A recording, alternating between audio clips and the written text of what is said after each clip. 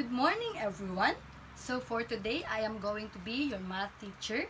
I am Miss Glycel Gornes, but you can call me Miss Glycel, and we're going to discuss a new lesson. But before that, I've prepared an energizer for you so that you will be given an idea of what our topic for today. So, as you can see here in the slide, this is called Guess the Word. So that mix letters from a word, you will guess what word it is. So here you go. What do you think the word is? Degree. Yes, very good. Degree. Next slide. What is the word? Anyone? Radian. Radian. Very good. And for the last slide, what do you think is the word? Converse. No, not converse. But close to converse. Conversion. Conversion. Very good. So what do you think is our topic for today? About converting degree and radian. Yes, we are going to discuss degree and radian. But before that, let's see first the objectives for today. Anyone who can read from the class? Yes, Santos. Please read. At the end of this lesson, you'll be able to convert radians to degrees, convert degrees to radians, solve problems involving degrees and radians. Thank you, Miss Santos. So, for today, before we dwell on to our topic, we are going to discuss first or to review first the lessons that we discussed last meeting. So, we discussed last meeting about the circle. So, a circle has many parts, but we are going to review only 8 parts of the circle. So, as you can see here in the slide, radius. Radius is a line from the center to the other point of a circumference. So, as you can see here, the circumference is the line surrounding the circle. Note, guys, that one circumference or the whole circumference of a circle is equals to 360 degrees.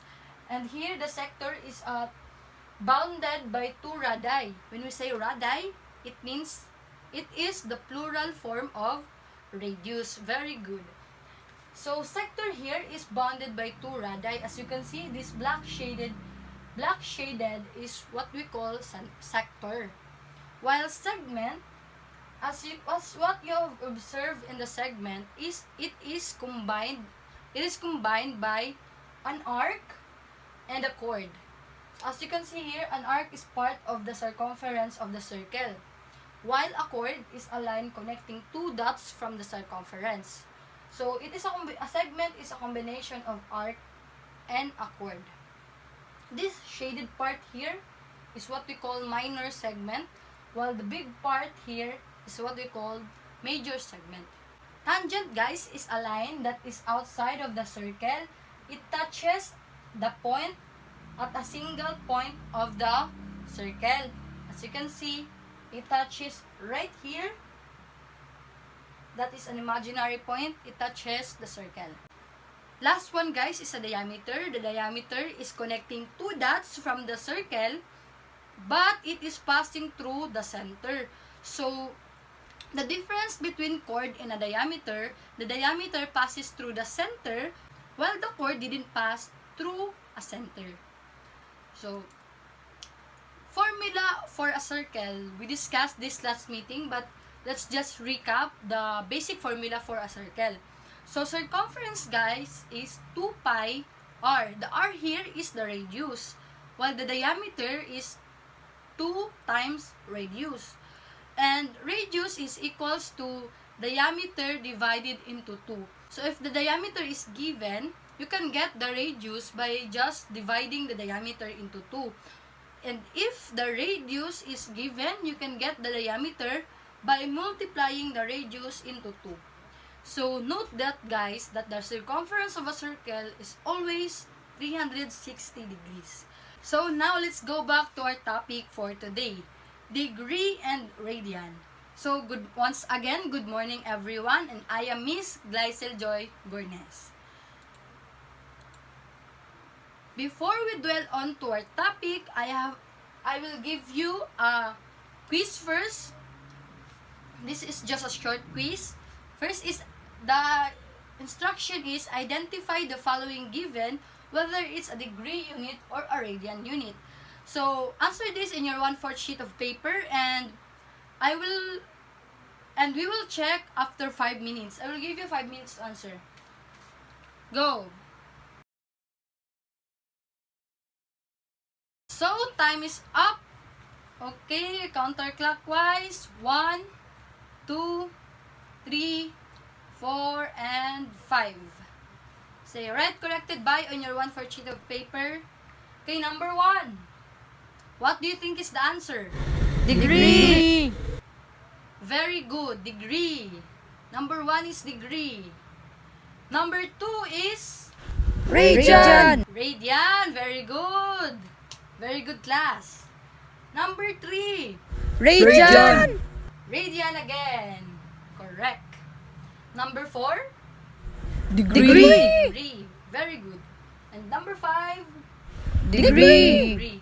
So, class, what did you observe from the quiz? What are your bases on finding the difference between the degree and the radian? Yes, Miguel. Ang degree, miss, kay murag nahilingin nga symbol niya. Ang radian kay murag fraction. Naipay. Very good. So, as you can see here, it's obvious the degree has a symbol like a small circle upwards above the number. So, that's a degree. So, if you get the degree, it's easy to identify what is the radian, no? So, radian is this one, like a fraction 1. Okay, so let's dwell on to the meaning of the degree and radian. So, angles can be measured to units, either degrees or radian. The symbol for degree is this one, a small circle, while usually there is no symbol that is denoted to radians. A complete revolution is defined as 360 degrees or 2 pi radians. However, in many calculations, you will find that you need to work directly with multiple of pi. So, who can read the definition of degree? Okay, you, Miss Michelle. Degrees are more common in general. There are 360 degrees in a whole circle, 180 degrees in a half circle, and 90 degrees in a quarter of a circle, or right angle. We use a little circle next to number to indicate we're talking about degrees. 360 degrees, 180 degrees, 90 degrees, and etc. Okay, thank you for reading, Miss Michelle. So, degrees, guys, are most common while using an angle of measurement. For example, 300 degrees. A whole circle is 360 degrees, as you can see here. And a half circle, or what we call semicircle, is 180 degrees. And a quarter circle, or half of a semicircle, is 90 degrees. So, a 90 degrees, guys, is what we call a right angle. So, this here is what we use in converting degree into radian. 1 degree is equal to pi over 180 degree. So, we will use this equation on solving or converting degree into radian. For example, 30 degrees. So, how are we going to convert this into radian? So, 30 degrees, we write 30 degrees. Multiply, because 1 degree is equal to pi over 180 degree. So, we multiply pi over 180 degree. We will cancel the degree sign. So, it equals to 30 pi over 180. We simplify the 30 and 180. It equals to pi over 6 radian. So, that is how we will convert degree into radian. So, the next example, let's see here, the next example. 98 degree. So, 98 degree, we write the 98 degree. We multiply it to pi over 180 degree because why? 1 degree is equal to pi over 180 degree. Very good, Santos. So, 98 degree times pi over 180 degree. We cancel the degree. We left by 98 pi over 180. We simplify it. Equals 49 pi over 90 radian rather. So for the last example, 18 degree. We write the 18 degree multiply to pi over 180. We cancel the degree. We left by 18 pi over 180. We simplify it. We divide it by 18. So the answer is pi over 10 radian. So that is how you will convert degree into radian. So next is radian.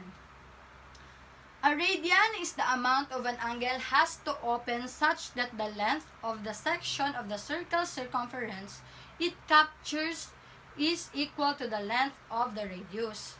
There are 2 pi radians in a whole circle. So a whole circle is equal to 2 pi radians. So which means that half a circle or 180 degree is equal to pi radians. The equation that we will use to convert radian into degree is 1 radian is equal to 180 degree over pi.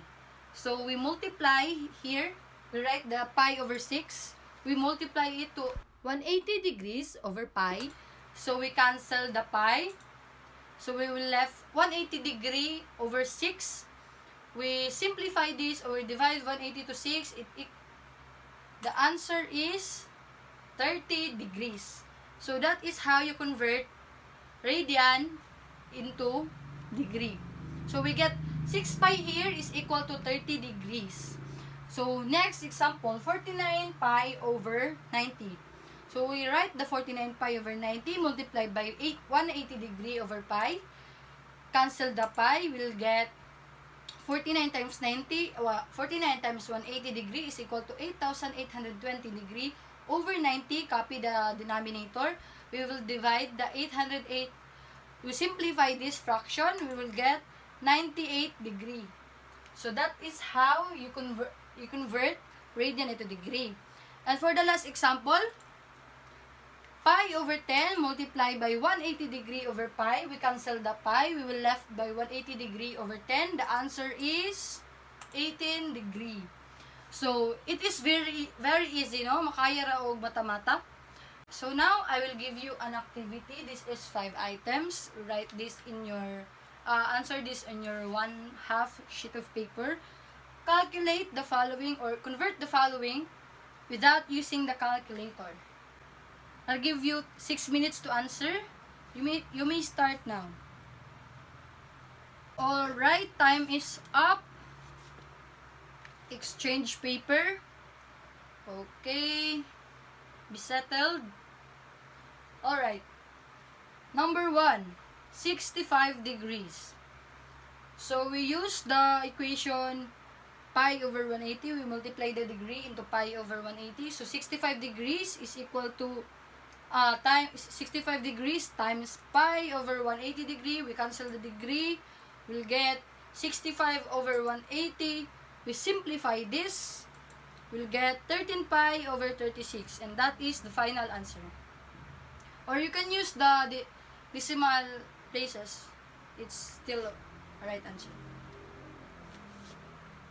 Next is 72 degree multiplied by pi over 180 is equal to, cancel the degree, is equal to 72 pi over 180. We simplify, equals 2 pi over 5. Okay, very good. Next, 48 degree times pi over 180. We cancel the degree. We will be left with 48 over 180. Simplify, equals 4 pi over 15. Next, we'll go to radian into degree. 2 pi over 13 multiplied by 180 degree over pi. We cancel the pi. We're left with 2 times 180 is equal to 360 degrees. Divided by 13 equals 27.69 degrees. So, don't forget to write the degree on converting radian into degree, okay? Last one, 7 pi over 10 multiplied by 180 degree over pi. Cancel the pi. Equals 1,260 degree over 10? The answer is 126 degree. So, who got perfect? Okay, most of you are perfect now. Very good. Good job, everyone. So, for the assignment, I will let you answer this in a one whole sheet of paper. Please copy this and answer it in your home. Find the value of the two angles in degree given that their sum is 74 degree and their difference is pi over 6 radians. Give your answer to the nearest degree. Number 2. Two angles in a triangle are 55 degree and 7 pi over 18 radians. Find the value of the third angle given the answer in radians in terms of pi. So answer this in your one whole sheet of paper and you may pass it to me and we will find the answer in next meeting. Thank you, everyone. You may now leave.